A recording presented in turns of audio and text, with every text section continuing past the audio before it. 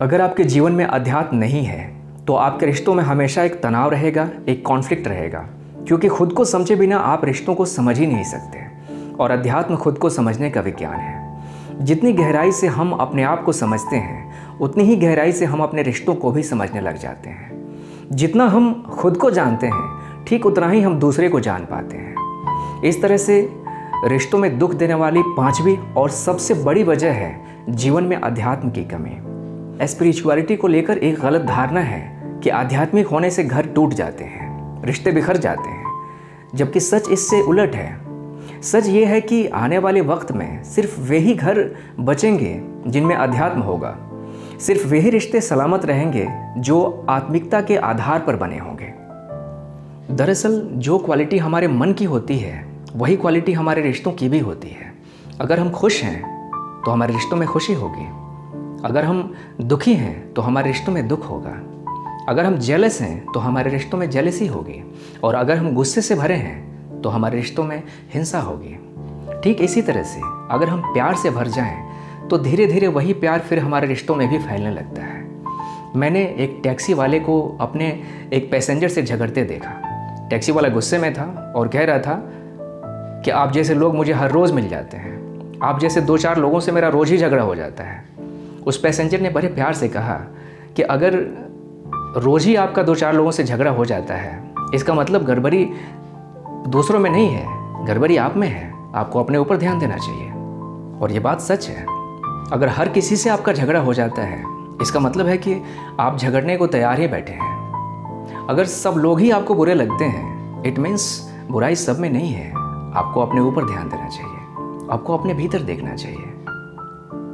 कभी सोच कर देखिए कि आप जिन्हें प्रेम करते हैं उन्हें आप कितनी फ्रीडम देने को तैयार हैं। उनके लिए आपने स्वतंत्रता के कितने दरवाजे खोल के रखे हैं। शायद एक भी नहीं या फिर बहुत ही कम, क्योंकि हमारा प्रेम प्रेम है ही नहीं, उसमें शर्तें ही शर्तें हैं। और प्रेम में जितनी ज़्यादा शर्तें हों प्रेम उतना ही घिनौना हो जाता है। वो ईंधन अच्छा नहीं माना जाता जिसमें आग थोड़ी और ढेर सारा धुआं निकले। अच्छा ईंधन वो होता है जिसमें धुआं बिल्कुल ना हो या फिर बहुत ही कम हो। आज हमारे रिश्तों में गहरी घुटन है क्योंकि उनमें प्रेम की आग बहुत थोड़ी है लेकिन करवाहट का धुआं ढेर सारा भर गया है। अगर आप बेईमानी करके तरक्की करते हैं, ऑफिस में रिश्वत लेते हैं तो घर वाले खुश रहते हैं, लेकिन अगर आप ऐसा करने से मना कर दें तो वे नाराज़ होते हैं। इट मीन्स कि वे आपके नैतिक पतन से खुश हैं लेकिन आपकी आत्मिक तरक्की से, आपके स्पिरिचुअल ग्रोथ से खुश नहीं हैं। निश्चित रूप से ये आपका भला चाहने वाले रिश्ते तो नहीं हो सकते।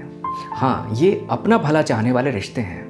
आपके साथ क्या होता है इससे उन्हें बिल्कुल फ़र्क नहीं पड़ता। रिश्तों को परखने का ये एक पावरफुल पैमाना है।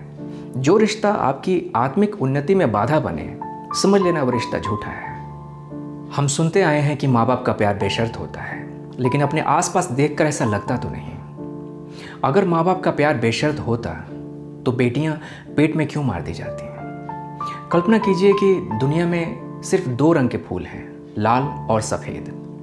आप कहते हैं कि मुझे फूलों से बेशर्त प्यार है, लेकिन लाल रंग का फूल मेरा फेवरेट है।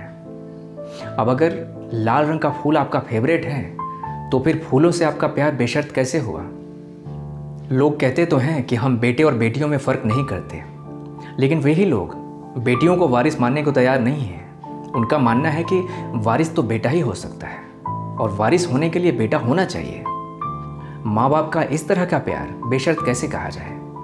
अगर माँ बाप का प्यार बेशर्त होता तो हमारे समाज में ऑनर किलिंग जैसे शब्द नहीं होते।